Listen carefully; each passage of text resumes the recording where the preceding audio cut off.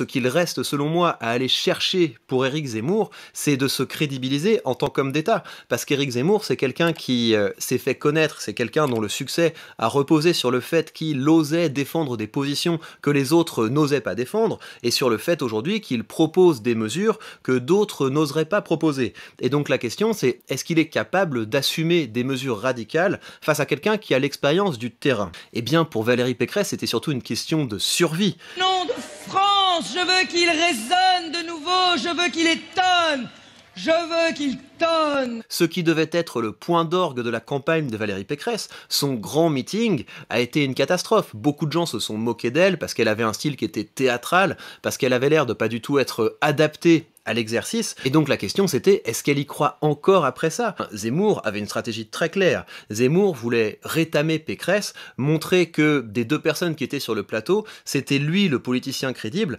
alors que face à lui, il n'avait qu'une girouette. Vous avez quitté le parti LR parce qu'il était trop à droite au temps de M. Wauquiez, Non, et maintenant vous dites, vous êtes dans votre discours plus à droite que lui. Et comme il sait très bien le faire, il s'est appuyé sur son intérêt pour l'histoire pour montrer que Valérie Pécresse n'avait aucune contenance, aucune cohérence. Mais alors qu'on aurait pu penser que Pécresse se serait décomposée, elle a été pugnace. La meilleure preuve en est qu'elle a osé taper sous la ceinture. Ça a donné des séquences de ce genre-là. Moi, je ne m'attaque pas aux femmes, Monsieur Zemmour, contrairement à vous. Je m'attaque aux hommes qui sont derrière ces femmes, à l'emprise qu'il y a derrière ces femmes. Et ça a donné des séquences de ce genre-là.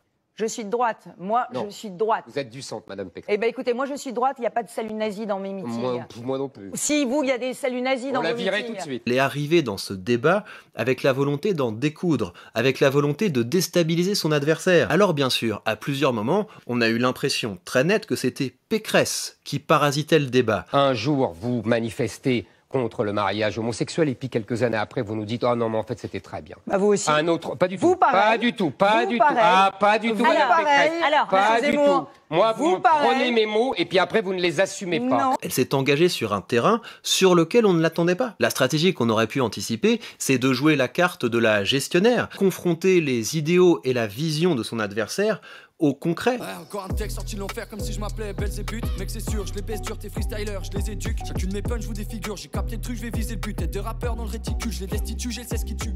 Wow.